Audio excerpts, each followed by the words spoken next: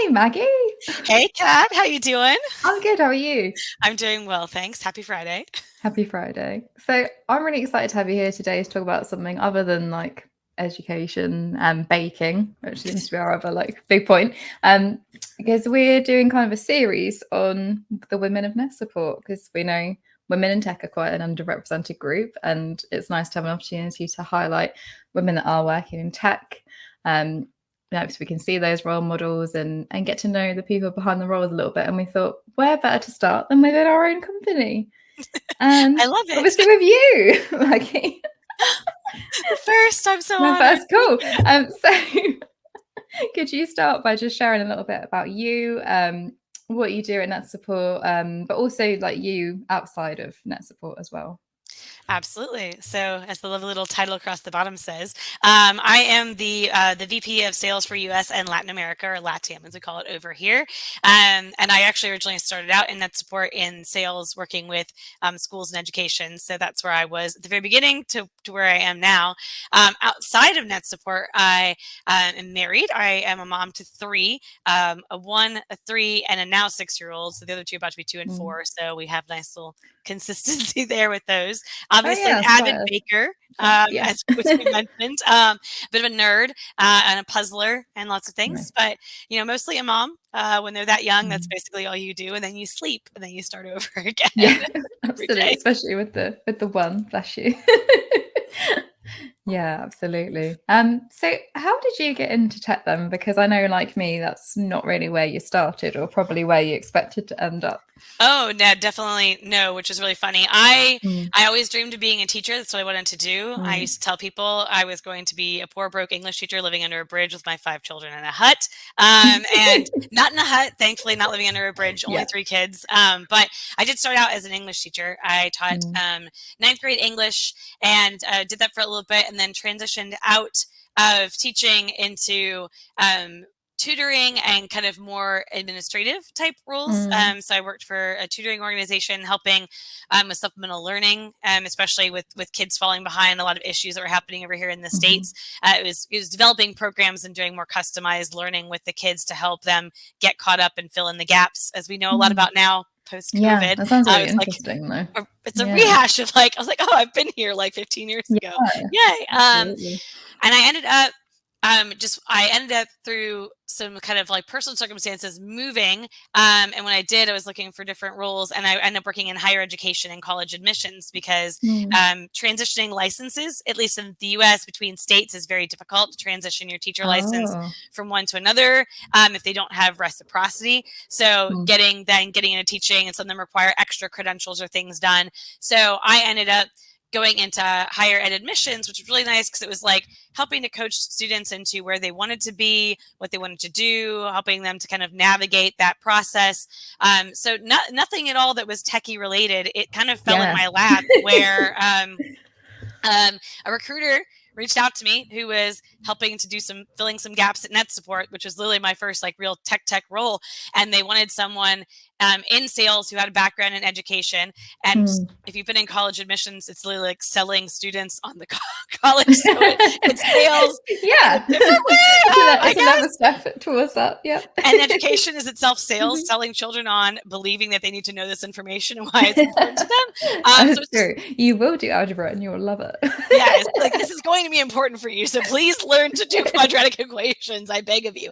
It was it was interesting, but I've always had a passion or an interest in technology, especially in the Mm. classroom. When I was a teacher and when I was learning to be one, I was always fascinated by the classes that I took about using technology in education because as an English educator, it's not something that you would normally think, oh, technology, like the kids are reading books, like what are they going to do, Yeah. get Kindles or something? But I thought, no, there's so much more with Mm. whiteboard and smartboard technologies, with apps were just becoming a thing at that point in time because I'm old. So they're just starting to do more with like iPads and education, Mm. in that point. And so for me, it was very interesting to think, well, what could you do to make the lesson more interactive? What could you do to make it more interesting? Because you could see the trend that kids, especially, were very interested in technology, and Mm. subjects that weren't tech based, that weren't STEM, were going to be pushed aside. You were losing art. Even English was like, okay, you have to do it because it's a requirement, but you could see that there wasn't a lot of investment in that. Mm. So when I was approached by NetSupport, I was really fascinated by tools for the classroom that actually helped educators to do more on technology and with technology. It was like, okay, it's something I could get interested in. And I Yeah. started working here. And then the more I was here and the more I got to learn about the tech and the development side and hear from teachers in schools what they wanted, passing that along and helping to kind of draw that vision of what they wanted to see in their classrooms. It was very cool to be able to speak the teacher language and then to start speaking the Mm, techie language and to be able to combine the two together. So that's really yeah. how I jumped into this from a completely not planned Yeah. direction, that's for sure. So Isn't that always the most fun way though? You just kind of jump into things. Yeah, so how did you find that transition then? Because like you said, it was a completely different kind of scenario of working in education to obviously working in tech. Even though obviously there were a lot of transferable skills, it's a very different kind of yeah, workplace. it was funny for me because the big thing for me was because not having a software background, but wanting Mm, to be able to talk to people. And the more I talked to schools, I was talking to instructional technologists, I was talking to IT directors who wanted more information on how things worked with the pieces or parts. I mm, am always that person where I want to be able to have the answer. I want to find the answer. I wanted to encourage my students to always keep looking and learning. And so when I first started and I was learning the technology. I was learning just the operation of it, like how it works, the features, all those pieces and parts. But I very quickly became that person who was like in our demo room, in our playground room, kind of like mm, messing around with it, learning. And someone was asking, I'm like, oh, can we do that? And I'm in there like pressing buttons and breaking things and trying to go through it. I'm reading the manuals and mm, watching videos. And I found myself spending time talking to the support team and time talking mm. to other members of the tech team to understand how things worked and how Yeah. I could explain to teachers. And then I was crafting emails and documents, and I was doing little guides for them, and then I was recording videos. So for me, it was the transition was that kind of that imposter syndrome of like, do I even Mm, belong here? I don't know anything about technology. And I've had people on the team who they they are IT people, so they can talk about the mm. techie part, and I could hear them talking about all the techie aspects. I'm like, will I ever know Well, I that? get Will I that. ever be that? Yeah. So I was really driven to self-educate or to Mm, participate in as many different demos and things I could so I could learn more about the software, and then I could explain it to people. And then when they came to me and asked me basic questions, I could say, oh, let me walk you through how to set this up, when I couldn't have mm, done that when I first started. And I yeah. think that was the key for me, was just taking the time to learn it and to Mm, push myself to know more than what I thought I probably needed to know, yeah. just so I could talk about it with people and not feel like I don't belong here. Yeah, you Why am I needed doing that this? sort of subject knowledge to give you that confidence in the role. Because obviously you've got all of those amazing skills. It's just, yeah, I know what you mean. If you don't have that tech background, it can feel a bit like overwhelming and kind Yeah. of, yeah, this is something I want to be able to know and explain. And I don't. You're like So the yeah. the odd man out, like, come over here, person, help me explain Yeah, this. How I exactly. You look don't want to like, have to every time be yeah, like, please help me. Yeah. like, come this way. So, and I think some of it too is not being afraid to ask for help. Like the Mm, number of times I went to Dave, who's the head of our support in the U.S., and was yeah. asking him, "How do we do this? How do we do this? How do we do this?" Like, and like he would explain things to me. But I remember him telling me one time that he really appreciated me doing that because he noticed Mm, like the customers that I worked with, they got a lot less tier one basic support calls because I could then answer those questions and I could help mm, them, or I could point them to the documentation or where to yeah, find it, absolutely. and we're good. And that meant that they could focus on the more difficult problems that there's no Mm, way I could solve because that's yeah. beyond my scope. Like I don't know Active Yeah. Directory and Azure, and like But I if don't there were have the elements background. that you didn't understand or know in the products as well, that probably is also helpful for them from a development side to look at and go, well, can we like signpost this or make it's more obvious Yeah. for a new user who also isn't like that technical to be able to get how to do that as well. So I guess it's kind of mutually beneficial, isn't it? It is looking at it from like the teacher perspective and saying, if I saw this, would I Mm, understand, or would I get do it? I get Yeah. how that works, or how would I explain this to make it make sense? Mm, And then we can craft things that actually speak to yeah. people and are understandable and usable. Pardon me, itchy's all over the place. Thank you, Pollen. Oh, don't Um, worry, my hay fever's horrendous at the minute as well. So I do apologize it's if I so start bad. It's sniffling like, like I can partway feel through. it. It's the one Yeah. downside of spring. It's like, oh, pretty, but ah. It's a joy. It really is. Mm, But yeah, but going back to that, it's I think when people get into tech, and especially when that's not your background, there's always that sense of, do I even belong here? And then you're afraid to ask because you don't want to look stupid, or you don't want to look uninformed, I should say. And the truth is that you are 10 times better off asking and getting the information than sitting there and not knowing, or trying to do something. And of course, doing it on your own is very helpful. And if you can figure it out, great. But if you try and you can't figure it out, ask the question. People are always happy to go, oh yeah, they like seeing that someone wants to know and understand how things work. And that's what I love about techies is like, I don't think it's a gated community in that sense. I think honest to goodness, really good techies are so excited to share their knowledge about things and about like how things work and what they've done, and this goes here and whatever. It's fascinating for them. Yes, to talk about it and share it. So like any other good nerd at heart, when you love something, you want to share it with everybody. Like whether it's Doctor Who or like Lord of the Rings or Legos or whatever. Like you want to just make sure everyone else loves it and knows all the nitty gritty little background details. And it's just asking people and finding the right time. The right time was key, not in the middle of a support call or not in the middle of like a big project, but exactly. Oh, by the way, so that's kind of your like transition. But obviously, since working in tech, what have you found have been the challenges for you, especially as a woman in quite a male-dominated industry? Let's be honest. Let me tell you a story. Yes, so we go out to events to be in front of people and to talk about the software, and so having been to a lot of these, and I've gone to ones that are more corporate and ones that are more education, I get this a lot more in corporate than I do in education. One of the first events that I went to, I'm on our booth, I'm wearing our shirt, it says NetSupport, I've got my stuff, whatever, and some people came over to the booth, they started asking questions. I had done a lot of prepping to make sure, because I knew it was a very techie conference, so I'm like pointing things out, I'm answering, I'm demoing things, and this one guy pulls me aside afterwards, and he was like, I was really impressed with what you knew. I thought you were just here to like, draw people into the booth like this is very sexist, like a booth babe, which is a thing where you get the very lovely looking ladies who are there to get people to walk over, and then they know nothing, and they're like, oh hey, look at our cool stuff, like the like the Vanna White, look at the letters, but actually knows more than what you think she does.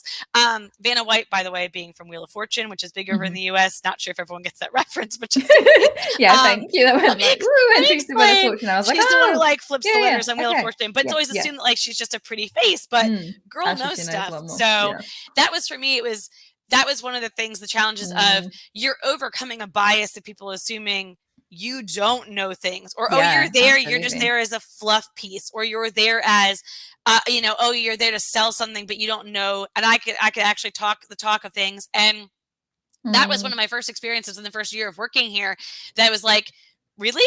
People are going to assume just because I'm a woman, like, and I wouldn't even look at myself and be like, I don't think I'm at all a booth babe. Like, I don't feel like I'm like, come look at my stuff. You're so bad. I'm gonna end that there before it goes like HR levels. But you're so kind to me.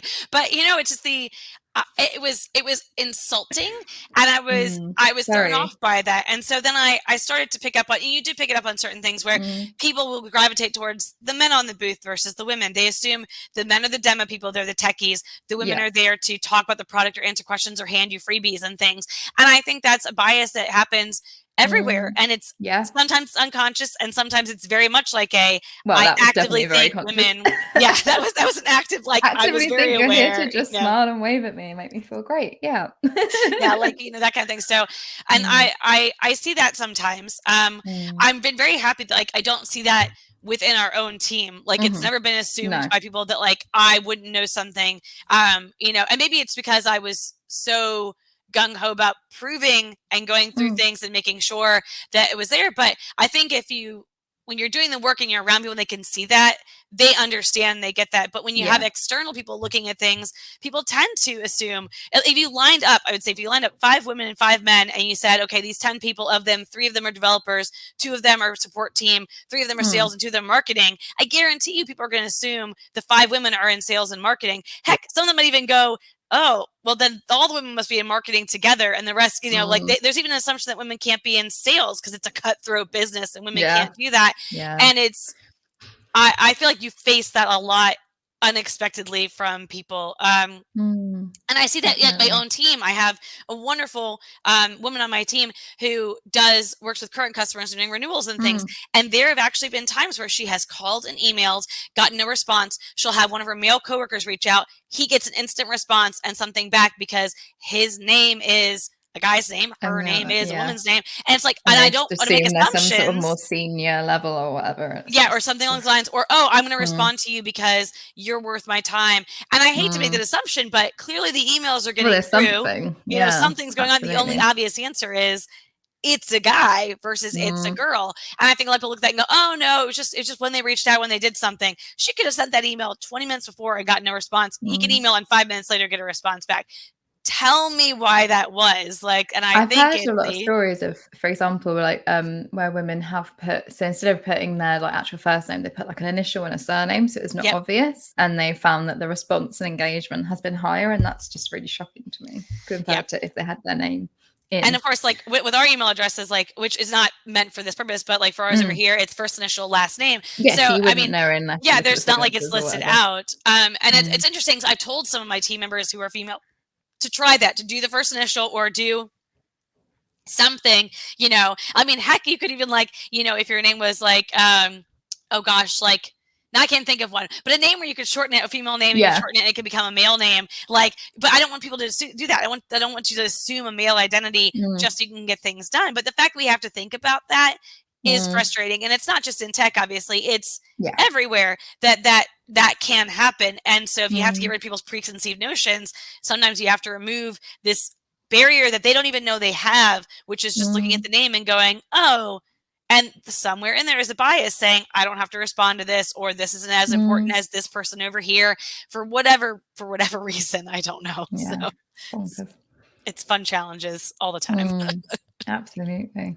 But on the flip side, what have you found have been some of the benefits of working in tech, or some of the opportunities that you've had? Oh my gosh. I think it's just the coming from education, particularly, there's a lot of growth opportunities. Like with education, if you wanted to go into administration and principals, things like that, you have to do a bunch of extra, like you have to go get your master's degree. Like there's a lot of things you have to do. Whereas I see there's a lot of opportunity on the tech side to jump around. Like, and that's no fault of education's. Like I specialize in English. I'm not going to start teaching math. Why would you hire me to do that if that wasn't my specialty area? You want an expert in something.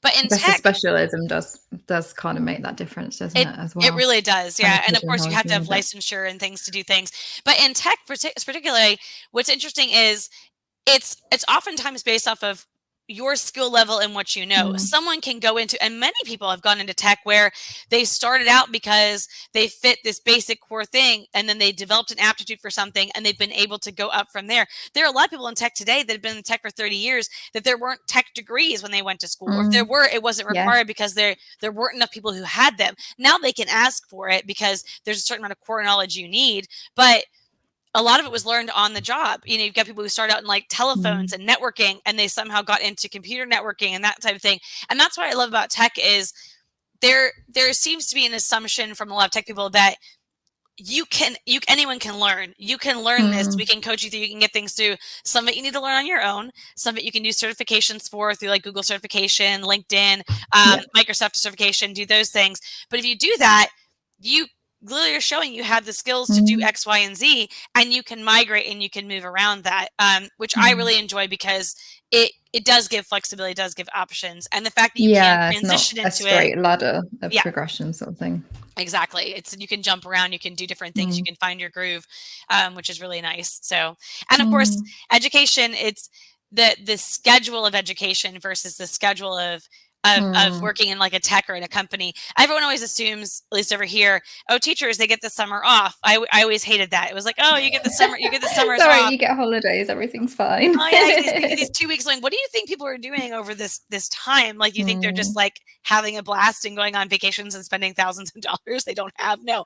But it was always funny to me because, you know, in education, you very much like from 7:30 or whenever the bell rings to 3:30 when the day ends, like that's you're on, and you have a half an hour lunch maybe if people aren't coming into your room asking for stuff. Yep. And then you're grading papers afterwards. Like just because your hours are one thing doesn't mean that's actually your hours. The amount of time you're doing absolutely. outside of class. Whereas if you counted up the like contracted hours to the actual hours that you do, I'm sure there'd be a humongous difference. It's crazy. The actual committed hours. Oh man, like if someone had to clock in and clock out, it'd be insane. It'd be more than a 40-hour week for sure, which would more than make up for the summers off when people are generally picking up another job to make ends meet. So because teachers are not paid well. Exactly.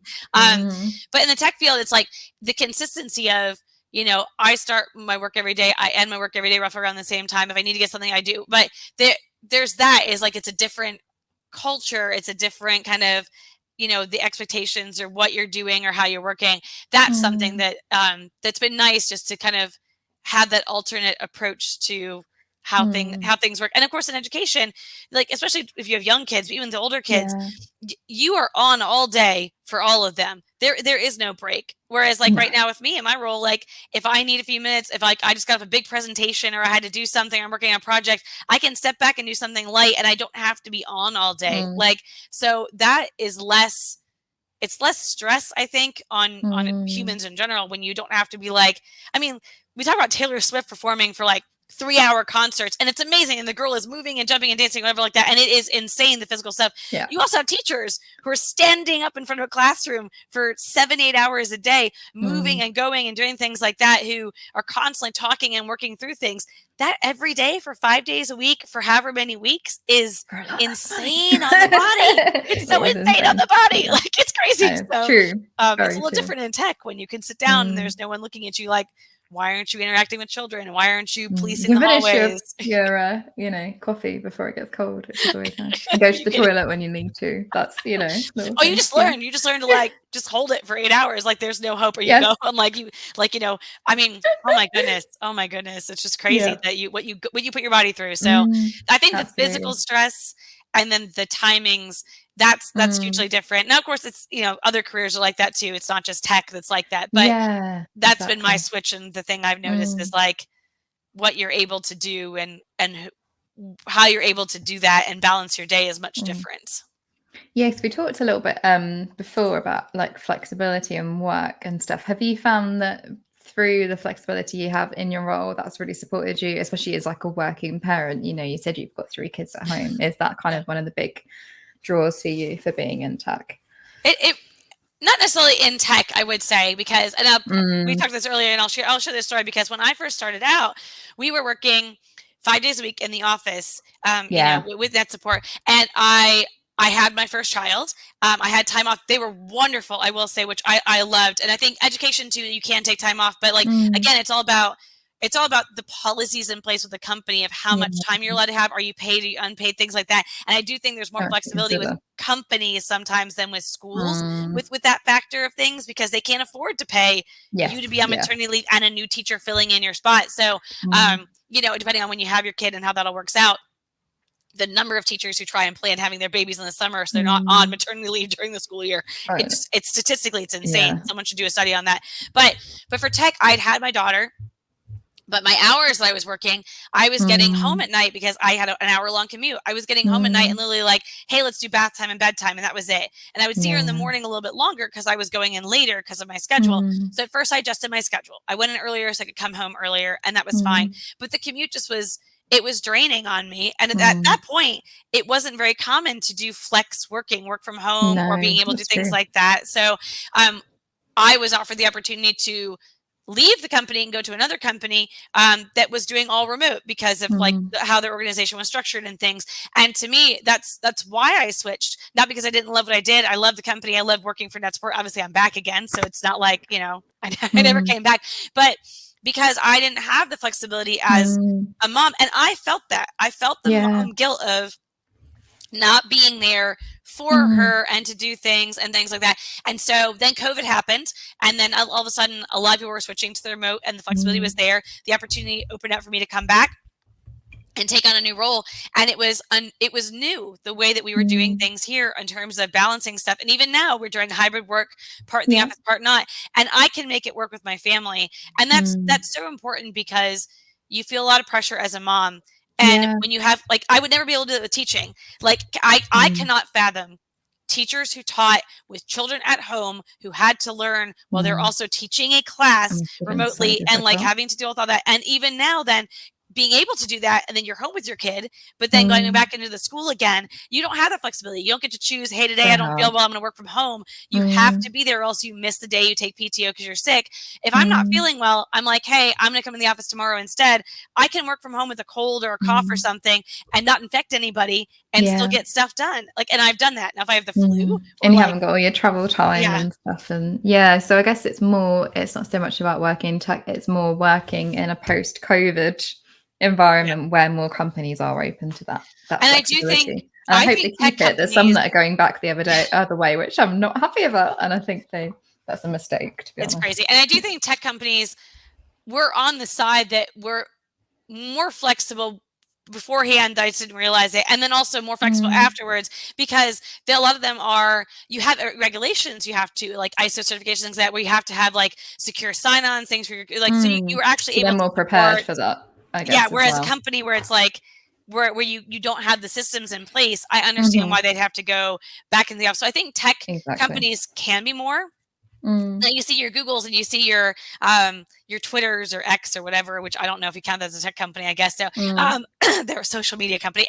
Your Apples, where some of them are putting pressure on employees to come back, but they're getting bounce back from people. And Yeah. I think the tech industry is speaking up a lot more, especially about that, and saying, no, we don't have to do that. And tech is great Yeah. because productivity, like I can see if someone's getting development done because we're on schedule for development. I can see if people are Exactly. doing You well don't with like need the to physically sales. be there to be able to see that. Yeah. Exactly. So you can still do your job, and you can still make sure that you're on track to meet productivity or requirements or deadlines or whatever. And you just expect people to be able to do that. And I really enjoy that. And again, you don't get that in every industry. There are certain ones you absolutely can't do that. You can't be a remote doctor for healthcare and No, like surgery. exactly. Like you gotta physically be there. Yeah, But it's not always possible, but where it is, I think it makes a big difference as well when you talk about hiring and recruitment and stuff, because I think you open yourself up to so many more different kinds of people where you yes. offer those flexible opportunities. And you can hire people globally around the world, even if they're signing in remotely. It can be a huge benefit. It makes it nice, and you can pull from talent everywhere, which is also good. So someone who, lives in like in a non-techie area, like where we live, where we are in Atlanta area, it's very heavily techie. So there's a good pool of people who are around here, but it's also a case of, well, there are people who are living in, Ohio, Pennsylvania, or Indiana, or like the Midwest area that's not known to be super techie, but who maybe don't want to leave those areas, but could do the job really well. And you Yeah. wouldn't find them otherwise unless you're willing to do that. And then you get this person who has a different voice, different perspective, who's in a different environment. And I think that's so important in tech, especially, is to surround Absolutely. yourself with people with different voices so that you're constantly thinking of the diversity aspect. And does this meet everyone's needs? Are we being inclusive? Are we thinking about everything? Don't just have the same people in the same positions. That's why having women in tech is so important, looking at it from a Definitely. female perspective, because we do have a different viewpoint. We look at it from the life experiences we've had versus someone else's, and we're able to give thought process to how we want something to look if we were the ones using it. So Yeah, no, absolutely. Completely agree. So coming back to kind of you, what have been some of your favorite achievements to date? Could be professionally, personally, but both. oh my. Favorite to date. One of the things I've loved about what I've done here is I'm a teacher at heart. I love educating people. I love being involved in things. So when I've had the opportunities and I've been asked to speak at conferences and actually get to educate people, I love that. And I mean, at first you're applying and you're putting things in and you're asking them to, but when they come back and are like, "Hey, you were here last year, we really They've liked asked you. you to Can do I come it. back?" Yeah. Like, there's something real nice about that one to them, Yeah. and seeing the You're in feedback and having demand. people having people say to you like, "I really loved your session. I really loved that." Like that to me has been really great, because it says that Yeah. I'm still able to make an impact with people. I was able to do a NetTech conference in Alaska, which when would I ever gone to Alaska That's before so normally? cool. And Yeah. I did a session then, and these wonderful teachers approached me afterwards and were like, "This was and I apologize to my own horn, but like they're like, this is the best session we've been to. We've been waiting for this. We were so excited for this one." And the one woman was like, I'm so sorry you're not a teacher anymore, because you can obviously tell you're good at it and you're passionate about it, but I'm so glad you're teaching teachers. And like that to me, that's what got me, because when I left education and when I transitioned, it's like, like I left my heart in San Francisco. There's an old song, like you leave yourself behind and you think, oh, so hard when something you're so passionate about and becomes, I think teaching is one of the things that really becomes part of your identity, doesn't it? In a way that some other jobs don't. yeah. When you're a teacher, it is something in that sense of like, it's, there's certain things about that. And so the idea of when you hear teachers transitioning out and looking for roles and what they can do, there are a lot of transferable skills, but that's one of the greatest achievements for me too, has been that you can still help and you can still be part of the education community and you can still feed into that and pour into that and you can still make a difference. It's just different how you make the difference. Like And there's so people in Atlanta for you. I think that's awesome. oh, thanks. So that's been my great thing. My not so work related thing is as we talked about a lot offline, I love baking. I love making things. I love doing all the things with baking. I've been able to make every one of my kids birthday cakes and put stuff out there and make things for people. And I just love doing that. And it's not a super like, there's no award for that. There's no like, woohoo, whatever. But something about being able to do that is also really nice. Like, yay, I can, I can get that done. I can do those things as a mom. I can make cool cakes, like while I'm also a working mom and while I'm also, all the other things that we're doing. Juggling all the hats. Yeah, so many hats. You wear all the hats. But, yeah. Well, thank you, Maggie. It's been so lovely to talk to you today. Is there anything else that you want to share or any kind of message you want to leave listeners with? Gosh, I would just say for women who specifically are looking to get into technology, understand that there's so many avenues to get into tech and to work in tech. Some that is, it depends on when you talk about women in tech, do you want to be a techie? Like, do you want to actually be a developer and things like that? There are obvious paths you want to take for that to be able to get into those type of roles. But the other thing to consider is maybe jointly doing something. So starting out with a company, working in another department or a field with skills that you already have while you're learning something else. And then you have that chance to transition into another role in another part. I think there's a lot of great opportunity for people in general, for women especially, to be able to do that in tech and to be able to show their skills and kind of branch out and do something different. So if you want to, just take the time to learn, really take the time to build up your skill levels, to get things. I mean, if nothing else, you've learned something new. Congratulations. Like half the population's not doing that right now. You've done something they're not doing. So go out, do the certificates, get the knowledge, have some fun, and you never know what you're going to do with it. You really don't. So that's a really good point to finish on. Thank you, Maggie. It's been so great to talk to you. I appreciate it.